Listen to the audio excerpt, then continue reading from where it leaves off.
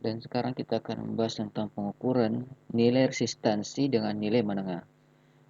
Nah, jadi ada beberapa metode yang bisa kita gunakan untuk mengukur resistansi dengan nilai menengah. Yang pertama itu metode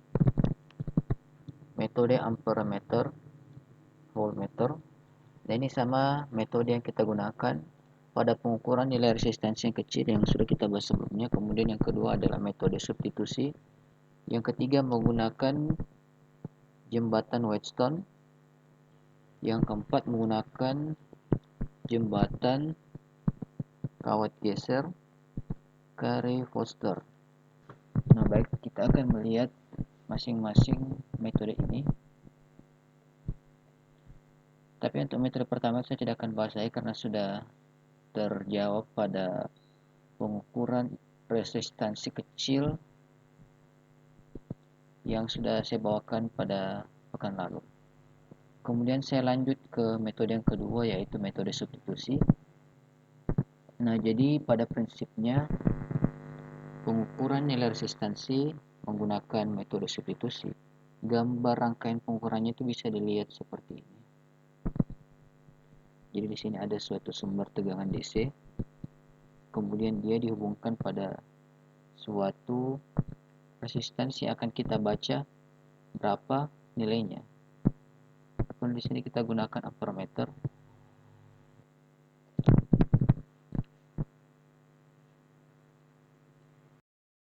Nah, jadi ini metode yang sangat sederhana sekali ya. Jadi pada prinsip seperti ini.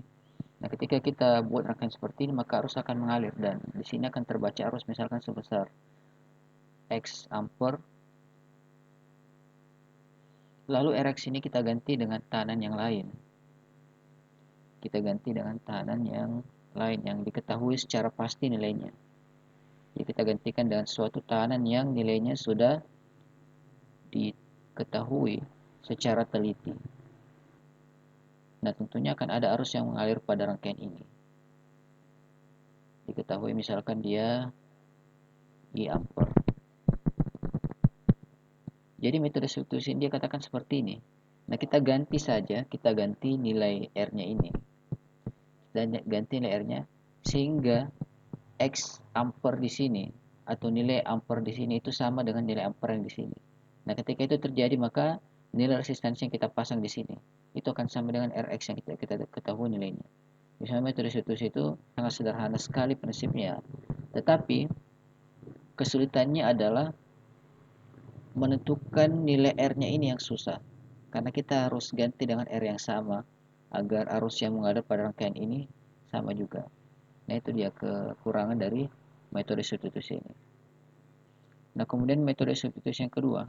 Nah, jadi metode substitusi ini ada dua. Yang pertama itu disubstitusi dengan resistansi yang variabel atau yang bisa diubah-ubah. Jadi kita mencari resistansi yang bisa mencocoki arus yang mengalir pada rangkaian yang dipasang R yang dicari nilai resistansinya. Nah, untuk rangkaian yang kedua, nah dia bentuknya seperti ini. Metode substitusi dengan resistor yang tetap. Nah, jadi resistor yang kita ingin tahu berapa nilai resistansinya diserikan dengan suatu resistor yang diketahui nilainya. Kemudian di sini kita pasang ampermeter. Maka pembacaan arus yang mengalir pada rangkaian yang pertama ini kita sebut saja di sini mengalir arus I1. I1 sama dengan V dibagi dengan R ditambah Rx. Jadi ini V ya, tegangan sumber kita sebut dengan V. Nah, kemudian pada kondisi kedua Rx-nya ini kita lepas dan kita sambung langsung dengan R di sini. Maka seketika arus yang mengalir pada rangkaian kita itu adalah I2. Jadi satu Rx-nya masih ada ya, kemudian Rx-nya kita lepas dan sekarang arusnya naik menjadi I2. Dengan I2 sama dengan V dibagi dengan R. Nah, barangkali kita gambarkan rangkaiannya tersendiri biar kita tidak bingung. Ini rangkaian kedua dia seperti ini. Nah, baik, jadi di sini akan mengalir arus I2. Kemudian persamaan ini kita bagi dengan yang ini. I2 dibagi dengan I1, maka dia akan menjadi R ditambah dengan Rx dibagi dengan R, atau sama dengan 1 ditambah Rx dibagi dengan R. Jadi kedua persamaan ini, kedua ruas persamaan ini kita bagi dengan R, maka akan mendapatkan bentuk seperti ini, 1 ditambah Rx dibagi dengan R. Sehingga Rx per R di sini kita bisa pisahkan ya, dan dapatkan bentuk I2 per I1 dikurang 1, atau Rx sama dengan R dikalikan dengan I2 dikurang I1 dibagi dengan I1. Nah, jadi metode substitusi yang kedua ini lebih simpel karena kita tidak perlu lagi repot mencari nilai R untuk menyesuaikan arus pada rangkaian yang pertama, seperti yang ditunjukkan pada metode substitusi sebelumnya. Jadi kita harus mengganti-ganti nilai R-nya agar arus yang ada pada kedua rangkaian ini itu bisa sama. Ini sama saja dengan mempersamakan nilai R-nya, seperti kita mengukur massa menggunakan bandul. Nah, itu kita harus samakan berat bandul dengan berat massanya. Nah, itu repotnya kalau kita gunakan metode substitusi cara yang pertama. Nah, sedangkan cara yang kedua, nilai R ini bisa berapa saja. Nilai R-nya bisa berapa saja, yang penting dia tidak terlalu jauh dengan nilai Rx-nya. Nah, jangan sampai kalian mengukur Rx yang nilainya 2 angka di belakang koma, terus kalian pakai di sini R yang besarnya sekian kilo ohm atau mega ohm, maka itu akan menjadi tidak terlalu akurat hasilnya. Jadi harus yang mendekati nilainya. Nah, kemudian metode yang ketiga, metode substitusi yang ketiga, nah itu ada namanya metode pensaklaran dua arah. Nah, rangkaiannya itu dia seperti ini. Oke, baik. Jadi di sini ada Rx. Rx ini adalah nilai resistor. Resistor yang akan kita cari berapa nilainya. Kemudian R di sini adalah suatu resistor variabel yang bisa diketahui berapa nilai pastinya. Baik, kemudian jika rangkaiannya berbentuk seperti ini atau dalam kondisi seperti ini, di mana saklarnya terhubung dengan terminal 1, terhubung dengan Rx, sedangkan R di sini terhubung buka atau tidak terhubung sama sekali, maka akan mengalir arus I1 pada rangkaian di mana besar I1 ini adalah V dibagi dengan Rx. Kemudian ketika saklarnya dipindahkan ke titik 2, maka akan mengalir arus I2 pada rangkaian di mana besarnya sama dengan V dibagi dengan R. Nah, kemudian kita akan bagi I2 dibagi I1, sehingga kita dapatkan hasil seperti yang kedua tadi. Rx sama dengan R dikalikan dengan I2 per I1. Nah, jadi tekniknya itu mirip ya, langsung kita bagikan I2 dibagi dengan I1. Cuma di sini rumusnya itu bentuknya lebih sederhana dibandingkan yang kedua. Dan tetap saja di sini kita tidak menggunakan rangkaian yang perlu mengganti resistornya secara sering ya, tidak perlu lebih sering-sering mengganti resistornya seperti yang kita gunakan pada metode yang pertama. Nah, jadi seperti ini cara mengukur resistansi menggunakan metode substitusi. Ada 3 metode. Oke, jadi yang nomor 2 tadi sudah ya. Metode substitusi. Sekarang metode yang ketiga, itu menggunakan jembatan Wheatstone. Nah, metode ini dia sama dengan jembatan Kelvin seperti yang kita bahas pada pertemuan minggu lalu. Tapi kalau jembatan Kelvin kan dia mengukur juga, mempertimbangkan nilai resistansi kawat penghubung antara resistor dengan modul jembatan Wheatstone-nya. Jadi tidak ada resistansi yang dilewatkan, semuanya dihitung. Kalau jembatan Wheatstone ini tidak demikian. Nah, rangkaian itu sederhana, mirip seperti rangkaian jembatan Kelvin. Seperti ini. Jadi di sini ada sumber tegangan, di sini ada saklar. Oke, di sini ada R1, di sini ada R2. Kemudian di sini ada R3 atau S. Kemudian di sini ada R4 atau Rx. Nah, Rx ini adalah resistor yang akan kita baca berapa nilainya. Kemudian di sini ada galvanometer.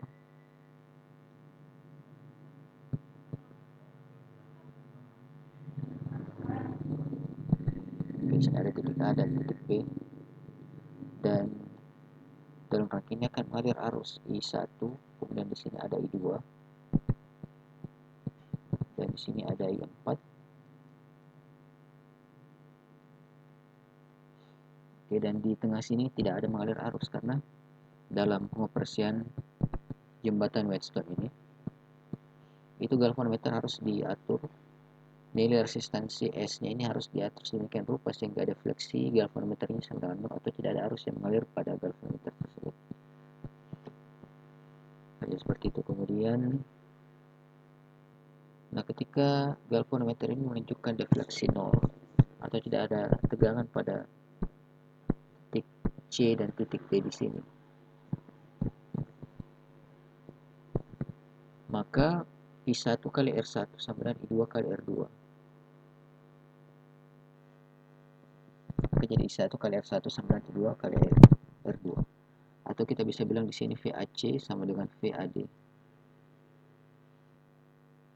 Dan juga VCB sama dengan VDB. Karena ingatnya VCD itu sama dengan VCB dikurang VDB. Atau mungkin bisa juga VAC dikurang VAD. Jadi kalau dia sama, kalau dia dikurang dan sama dengan 0 berarti dia sama nilainya.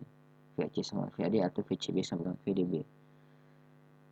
Nah ini itu kan berarti I1 kali R1, tegangan yang ada antara titik A dan titik C kan tidak lain adalah I1 dikalikan dengan R1, tegangan antara titik A dan titik B tidak lain adalah I2 dikalikan dengan R2. Kemudian pada loop yang ada di sini, nah sekarang kita tutup ya. Nah itu kalau kita buat hukum Kirchhoff-nya, sebut saja ini E ya, sumber tegangan dari rangkaian jembatan Whetstone-nya. Jadi loop ABC kita sebut saja loop ABC. Nah itu ada persamaan. Jika kita menerapkan hukum Kirchhoff tegangan pada loop ABC, kita dapatkan persamaan seperti ini. I1 kali R1 ditambah I3 kali R3. Oh maaf, bukan I3 ya, tapi 4 kali R3 kemudian dikurang E sama dengan 0. Ini jelas ya. Ini plus minus harusnya masuklah dari sini, kemudian dia masuk ke bawah lagi plus minus, lalu ketemu dengan terminal negatif dari baterainya. Nah kita tahu di sini bahwa I1 sama dengan I4. Lihat ya, karena tidak ada arus yang mengalir di sini. Jadi ini terbukti seri langsung. I1 sama dengan I4. Sehingga di sini kita dapatkan I1 itu sama dengan E dibagi dengan R1 ditambah dengan R3. Nah, dengan cara yang sama kita bisa kerjakan pada loop sebelahnya, loop ADB. Kita terapkan hukum Kirchhoff dan kita dapatkan I2 di sini sama dengan I4 karena dia terhubung seri juga ya, itu sama dengan E dibagi dengan R2 tambah R4. Nah ini jelas sekali ya, karena tegangan sumber terparalel dengan rangkaian seri resistansi yang ada di sini dan rangkaian seri resistansi yang ada pada sisi ini. Nah baik, jadi sekarang kita akan substitusi persamaan yang kita dapat ini ke persamaan ini. I1 kali R1 sama dengan I2 kali R2. I1 sama dengan E dibagi R1 tambah R3, I2 sama dengan E dibagi R2 tambah R4, sehingga persamaan kita ini akan menjadi R1 per R1 tambah R3 sama dengan R2 dibagi R2 tambah R4, atau R1 kali R4 sama dengan R2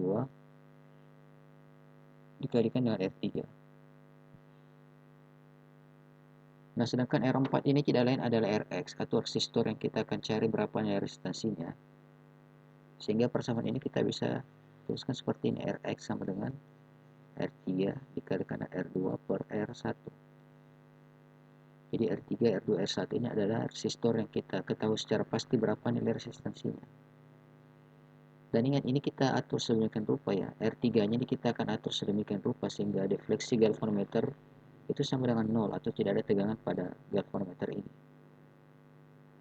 Dan kemudian ada juga error pengukuran dengan menggunakan jembatan Wheatstone ini. Nah, jadi pada jembatan Kelvin, dia errornya itu ada pada probe atau kawat yang menghubungkan jembatan Kelvin dengan resistor yang kita akan ukur berapa nilainya. Karena dia kan mengukur resistansi yang nilainya medium, tidak sama seperti jembatan Kelvin.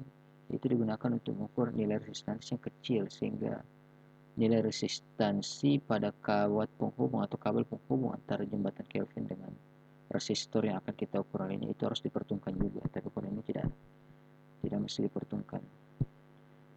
Nah, kemudian error pengukuran pada jembatan Wheatstone itu bisa disebabkan oleh 4 hal. Yang pertama itu nilai error pada setiap resistansi yang digunakan di sini, setiap resistor yang digunakan.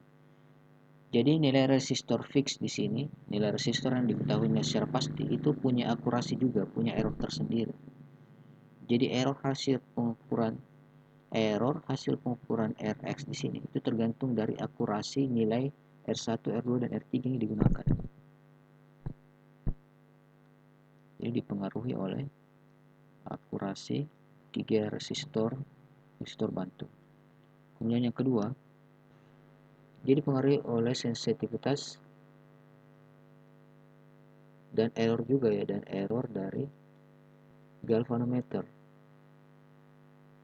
Nah, seperti yang kita bahas pada pembahasan yang awal-awal ya, bahwa voltmeter yang menggunakan galvanometer itu ada error pengukurannya juga, sehingga ini akan mempengaruhi nilai akurasi pengukuran resistor menggunakan jembatan Wheatstone. Nah, kemudian pengaruh panas pada rangkaian jembatan ini. Nah, itu bisa disebabkan oleh besarnya arus yang melewati rangkaian tersebut. Ini misalkan kita mengukur nilai resistansi yang agak besar tapi masih masuk rentang nilai menengah. Nah, itu kan kita harus pakai nilai tegangan yang besar juga agar ada arus yang mengalir dalam rangkaian ini, agar arusnya itu bisa kedeteksi oleh galvanometer. Kalau misalnya arusnya terlalu kecil, maka kita tidak akan bisa bedakan ini galvanometernya tidak terdefleksi atau ada arus sebenarnya yang mengalir, rangkaiannya tidak seimbang, tapi galvanometernya tidak bisa mendeteksi arus yang sangat kecil tersebut, maka itu harus seperti itu. Kemudian yang terakhir adalah pengaruh panas pada terminal galvanometer. Nah, terminal maksudnya di sini adalah terminal yang ada di sini yang menghubungkan Rx dengan rangkaian jembatan Wheatstone kita. Nah, misalkan suatu contoh seperti yang di buku. Dia katakan yang ada di buku itu bahwa suatu jembatan Wheatstone memiliki lengan-lengan resistor. Nah, lengan-lengan resistor ini tidak lain adalah R1, R2, dan R3. Standar arm atau lengan standar, dia memiliki akurasi plus minus 0,1%. Sementara lengan utama R1 dan R2 ya, dia memiliki akurasi plus minus 0,05%.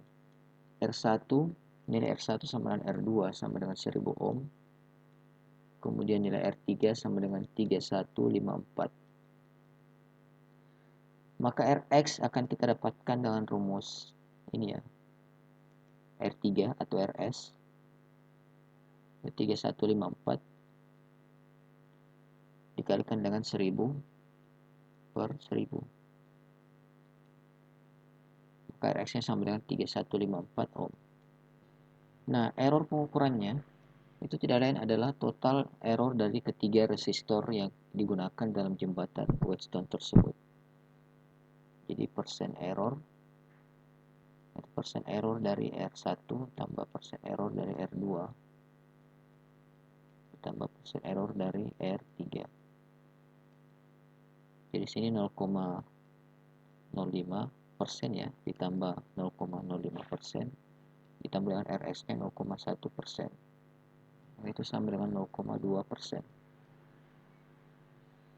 Nah, sehingga Rx nya ini memiliki akurasi 3154 plus minus 0,2%.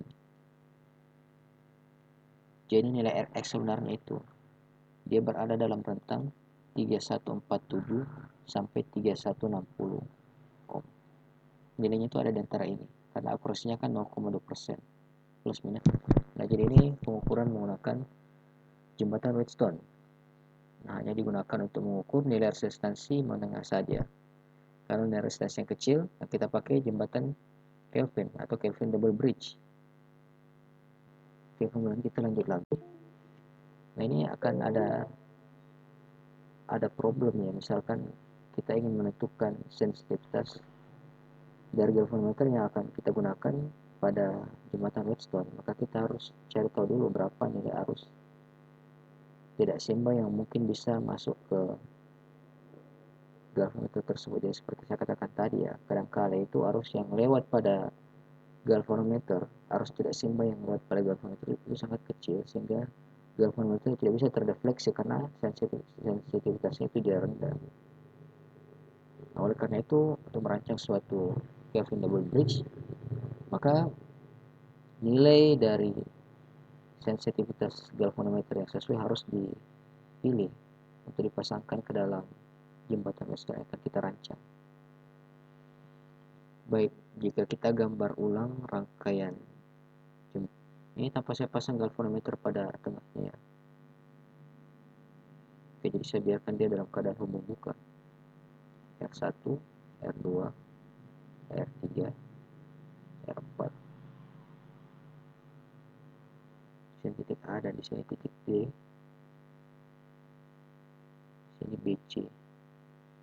Ini sumber tegangan. Baik, sekarang kita akan mencari nilai tegangan pada titik B dan titik C, atau begini saja kita buat rangkaian equivalent Theveninnya karena yang akan kita cari sini adalah arusnya yang akan mungkin masuk ke galvanometer di sini. Kalau kita memang tertarik dengan arus yang masuk ke galvanometernya, jadi kita akan buat rangkaian equivalent Theveninnya. Dan ingat pada rangkaian Thevenin, tegangan Theveninnya itu tidak ada terminal tegangan antara titik B dan titik C di sini. Jadi tegangan antara titik B dan titik C, tegangan hubung buka pada terminal beban. Jadi galvanometer ini kita anggap sebagai bebannya, dan tegangan Theveninnya itu adalah tegangan pada terminal BC. Nah, VBC ini kita bisa cari dengan dua cara ya. Nah, saya ulang sekali lagi, jadi ETH sama dengan EAB dikurang EAC. Nah, jadi tegangan antara titik ini dikurang tegangan antara titik ini AC dan AB. Baik, kemudian kita lanjut lagi. Oke, di sini mengalir arus I1 ya. Kemudian di sini mengalir arus I2.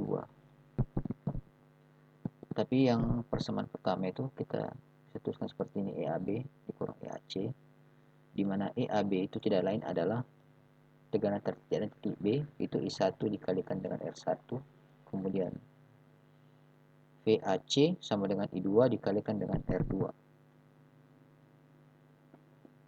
Nah, I1 sendiri itu tidak lain adalah E dibagi dengan R1 ditambah dengan R3. Ini kita sudah coba sebelumnya ya. Kemudian I2 itu tidak lain adalah E dibagi dengan R2 ditambah dengan R4. Sehingga E Thevenin di sini sama dengan E dikalikan dengan R1 per R1 tambah R3 dikurang R2 per R2 ditambah dengan R4. Nah, ini dia tegangan Thevenin atau tegangan pada terminal CD, tegangan antara titik C dan titik D. Kemudian kita sudah dapatkan berapa tegangan Theveninnya, maka kita akan lanjutkan mencari berapa nilai resistansi Theveninnya, karena tujuan akhir kita itu adalah membentuk rangkaian equivalent Thevenin yang bentuknya seperti ini.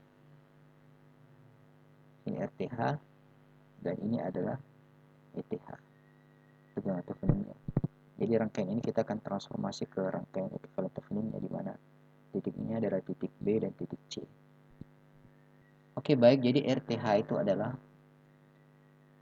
resistansi total dan rangkaian diukur dari terminal BC ya, diukur dari terminal BC dengan sumber tegangan itu kita singkatkan. Nah, jadi sumber tegangan ini digantikan dengan resistansi internalnya jika ada. Jika tidak ada, kita tidak usah masukkan. Nah, berarti kalau misalkan dia terhubung singkat di sini, maka ini akan seolah-olah di sini ada kawat yang hubungkan antara. Nah, ini perlu kita meng-hire sedikit ya, karena kalau ini terhubung singkat, maka ini dan ini itu bukan hubung seri, tapi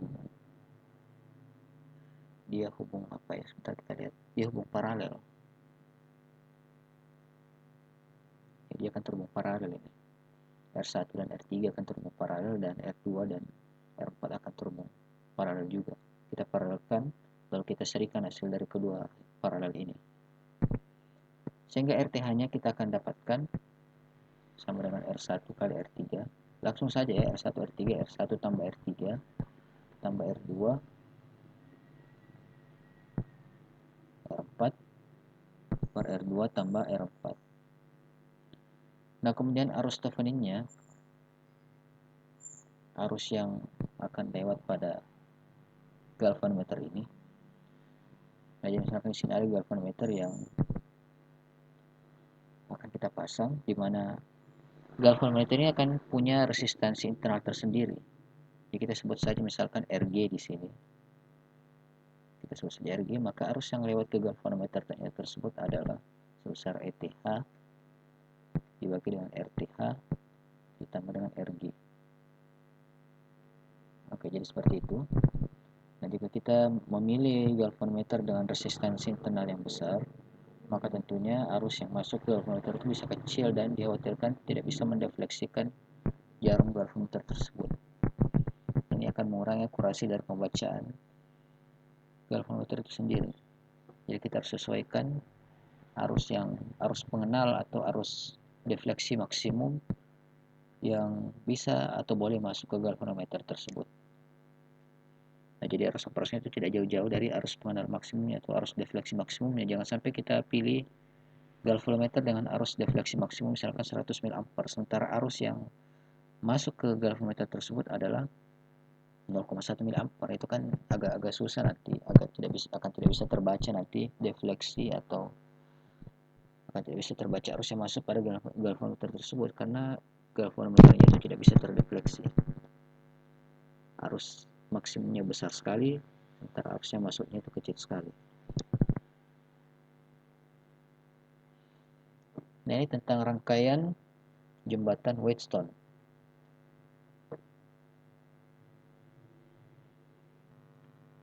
Baik, sekarang kita akan coba melihat ya jembatan kawat geser Carey Foster. Jadi seperti yang kita lihat tadi bahwa jembatan Wheatstone ini dia punya akurasi yang bergantung pada efek thermal dari resistor R1, R2 dan R3.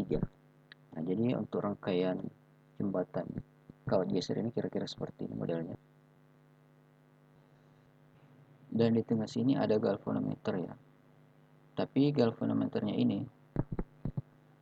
lengan yang satunya itu bisa digeser. Misalkan pada posisi ini. Jadi di sini ada kawat geser ya. Misalkan kawat gesernya ini panjangnya sama dengan L. Misalkan jarak kawat yang hubungkan Rx di sini dan lengan galvanometernya sebut saja L1. Kemudian digeser ke tengah sini, nah jaraknya akan berubah L2 misalkan. Titik A ya, titik A, B, C, titik D-nya. Sehingga R1 dibagi R2 itu sama dengan Rx ditambah L1R dibagi dengan R3 ditambah L dikurang L1 dikalikan dengan R. Nah, apa maksud persamaan ini? Jadi kita lihat di sini R1 dibagi dengan R2. Ingat, jika galvanometernya ini menunjukkan angka 0, maka rasio R1 banding R2 sama dengan rasio R yang ada di sini dibagi dengan R yang ada di sini.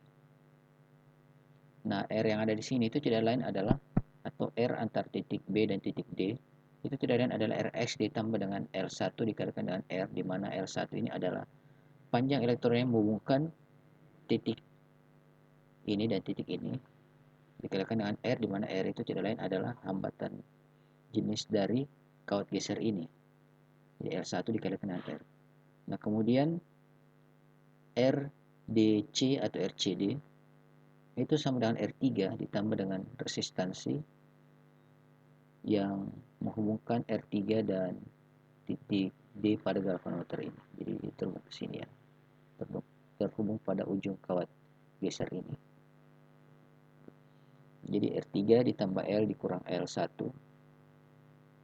Nah, kemudian jika misalkan Rx dan R3 ini dipertukarkan posisinya, maka kondisi keseimbangan kedua akan terjadi, di mana R1 dibagi dengan R2 itu sama dengan R3 ditambah L2 kalikan dengan R dibagi dengan Rx ditambah dengan L dikurang L2 dikalikan dengan R. Jadi kita pertukarkan Rx dan R3-nya, sehingga ini kita akan geser lagi mungkin ke posisi ini, sehingga jarak antara R3 di sini, R3 kita tukar ya, R3 di sini, Rx di sini.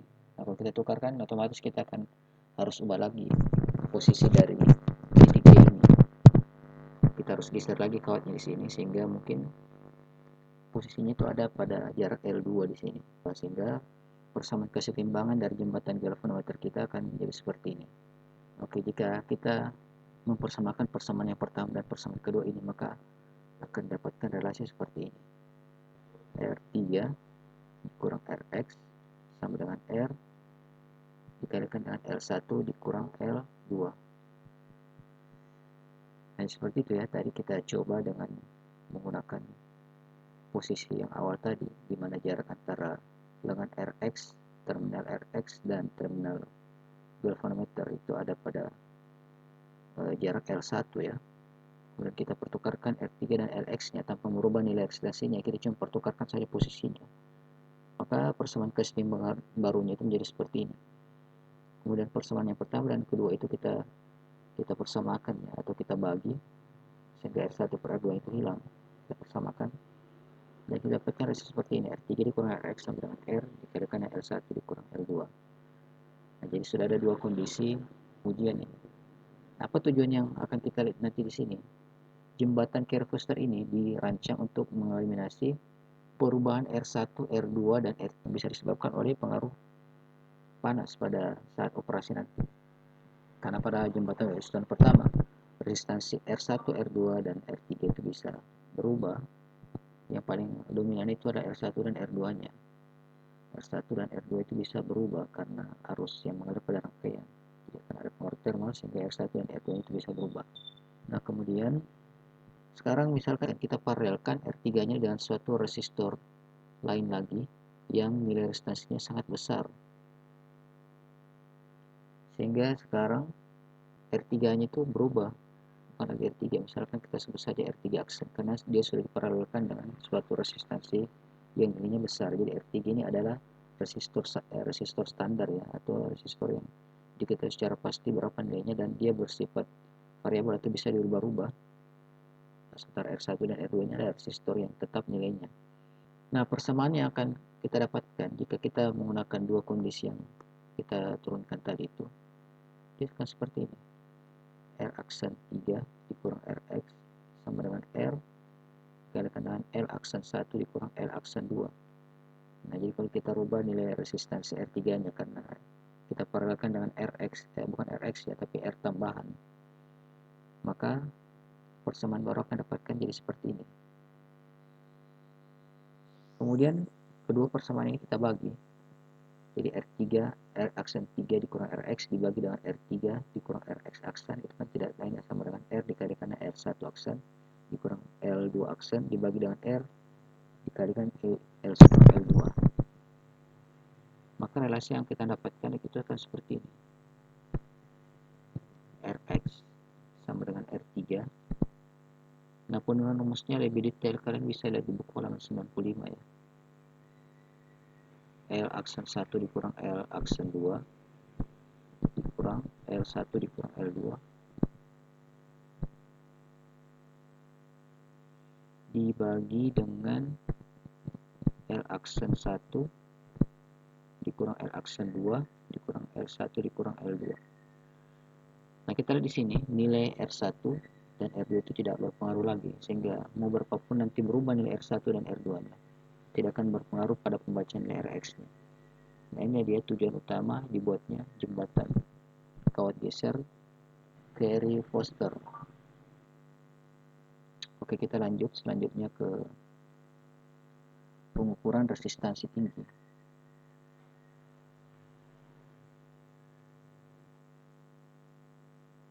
Nah, ini range pengukurannya dari ratusan hingga ribuan mega ohm. Ini biasa dilakukan pada insulasi ya, pada pengukuran tahanan insulasi dari kabel misalkan atau dari peralatan pengaman lainnya. Metode pengukurannya itu ada 4 macam. Yang pertama menggunakan defleksi langsung, kemudian menggunakan metode loss of charge, jadi menggunakan kapasitor nanti ya. Kemudian yang ketiga menggunakan jembatan mega ohm, yang keempat menggunakan major. Nah, mari kita lihat yang pertama, pengukuran defleksi langsung. Nah, jadi misalkan kita punya suatu kabel yang berinsulasi. Nah, jadi ini adalah insulasi, kemudian ini adalah inti tembaganya.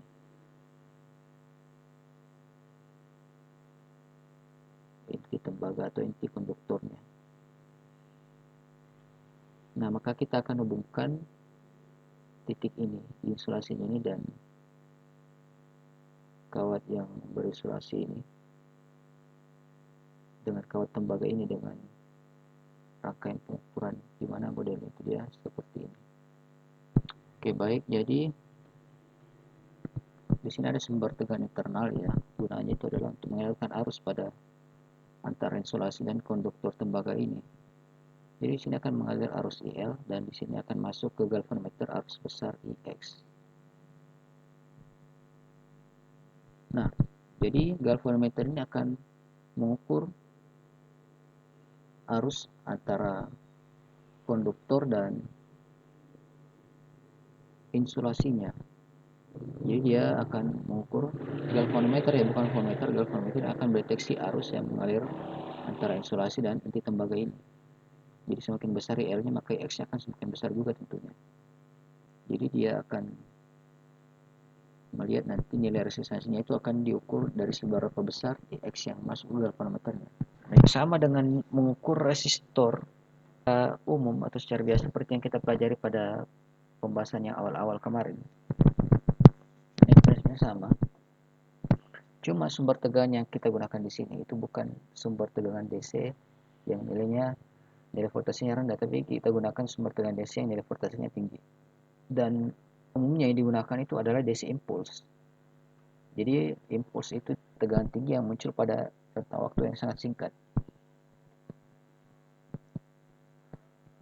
Akan berbahaya jika kita gunakan sumber tegangan DC yang nilainya tinggi dan kontinu. Kita gunakan biasa tegangan impulse.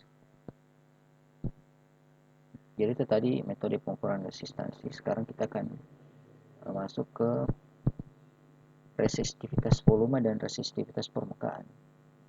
Nah, jadi bedakan resistansi dan resistivitas ya. Kalau resistivitas itu kan sama dengan rho. Nah, resistivitas itu satuannya adalah meter. Rumus resistansi sama dengan rho L per A.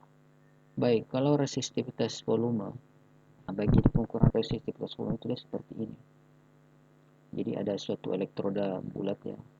Spesimen yang akan kita baca resistansinya itu diletakkan di antara kedua elektroda bulat ini. Kita hubungkan dengan instrumen pembaca resistansinya. Nah, tentunya di sini akan ada sumber tegangan sehingga mengalir arus. Nah, jadi Di sini ada ampermeter ya, kemudian di sini ada voltmeter. R sama dengan tegangan dibagi dengan arus yang mengalir pada rangkaian ini. Arus di sini dan di sini akan terbaca tegangan. Nah, sedangkan R dari material ini itu tidak lain sama dengan Rho L per A. Rho L per A. Di mana A ini barangkali kita ganti, kita tidak pakai A di sini. Kita pakai di sini T atau tebal dari spesimen yang akan kita ukur resistansinya. Ini adalah T-nya. Itu sama dengan panjangnya juga ya, tidak ada bedanya. Cuma barangkali sini lebih bagus kalau kita ganti dengan T.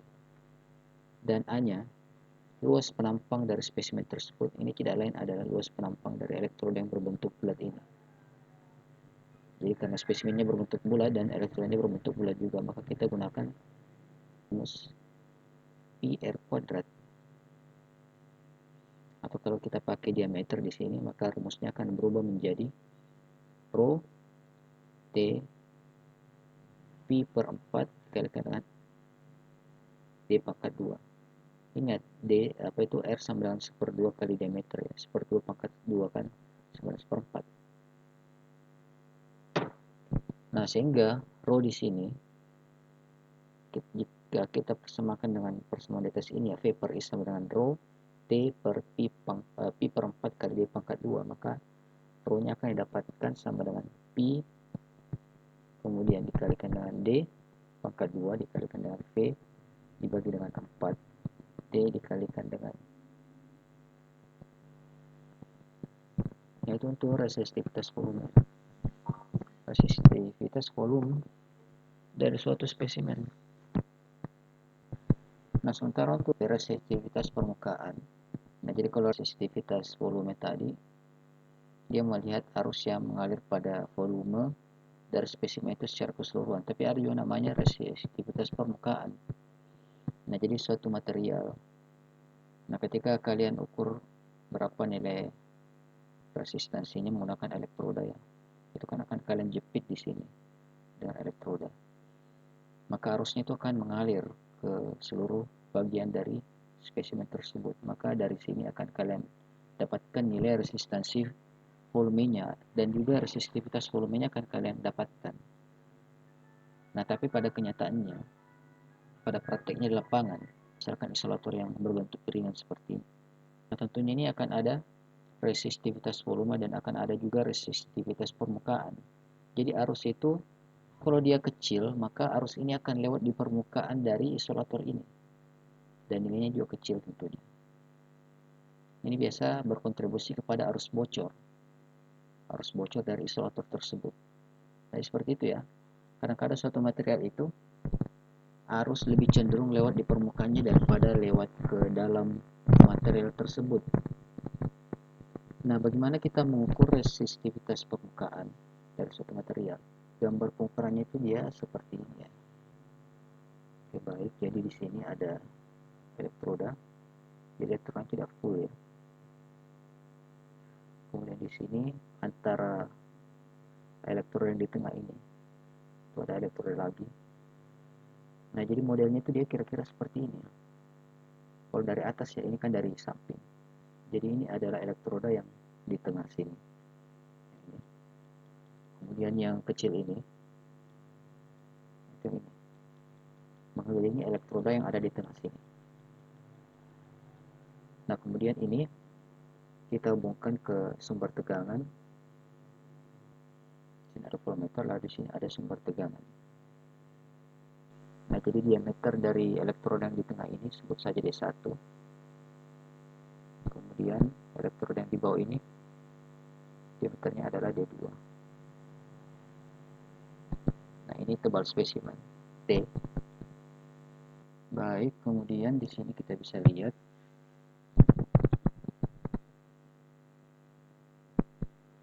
oke, di sini ada G2 juga ya. Galvanometer yang digunakan untuk membaca arus yang masuk ke elektroda sekunder ini atau biasa disebut dengan ring pengaman. Baik, jadi prinsip pengukuran resistivitas permukaan itu dia seperti ini. Nah, jadi kita akan ukur resistivitas dari permukaan spesimen ini, jadi bukan resistivitas volumenya ya. Dan bagaimana caranya? Nah, itu kan akan ada pasti arus yang masuk ke volume atau inti dari spesimen ini jika kita menggunakan kode yang pertama tadi ya, seperti ini. Tapi kalau misalkan kita pasang di sini seperti quad ring atau ring pengaman, maka arusnya itu akan lebih cenderung mengalir ke sisi-sisi dari spesimen yang akan kita ukur resistansinya. Nah, jadi meskipun di sini akan ada arus yang lewat ya. Nah, jadi caranya itu adalah dibuat seperti ini sehingga nanti arusnya itu akan lewat ke arus akan lebih cenderung mengalir pada daerah dengan resistansi yang rendah. Nah, yang rendah itu adalah sisi dari spesimen ini. Jadi arusnya itu akan lebih cenderung mengalir ke pinggir-pinggir sini. Nah, sehingga resistansi permukaan itu tidak lain adalah V2 dibagi dengan E2. Nah, E2 itu tidak lain adalah arus yang dibaca oleh G2 ini, galvanometer 2. Kemudian V2 itu adalah tegangan yang terbaca di sini. Tegangan yang dibaca oleh voltmeter ini. Sedangkan resistivitas permukaan itu kita bisa cari dengan rumus rho S sama dengan RS dikalikan dengan Pi D2 dibagi dengan. Rumus ini dari sini ambilnya ya. Rumus ini ambilnya dari sini. Tapi di sini kita tidak cari volume. Jadi rumusnya seperti ini. Pi D2 V2 per I2 bagi dengan T. Ini rumus untuk mencari resistivitas permukaan.